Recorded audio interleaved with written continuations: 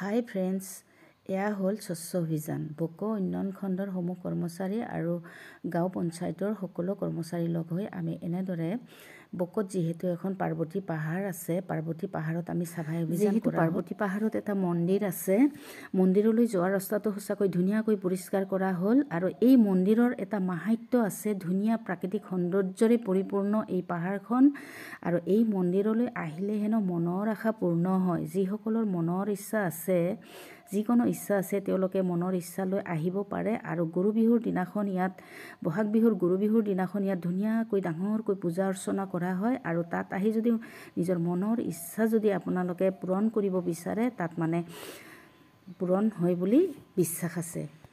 কিমান ধুনীয়া প্ৰাকৃতিক দৃশ্য চাওক, খুব ধুনীয়া। আৰু ইয়াত ৰাতিপুৱা ছানৰাইজ চাব পাৰে আপোনালোকে। ছানৰাইজ চোৱাৰ কাৰণে বহুত মানুহ ইয়াত আজিকালি ভিৰ কৰে।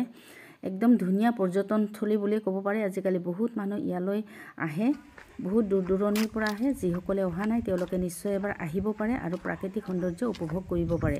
আৰু যিসকলৰ মনৰ ইচ্ছা আছে তেওঁলোকে মনৰ ইচ্ছাৰ কাৰণে মনোকামনাও পূৰ্ণ হয় বুলি বিশ্বাস আছে। ভিডিঅ'টো চোৱাৰ বাবে বহুত বহুত ধন্যবাদ।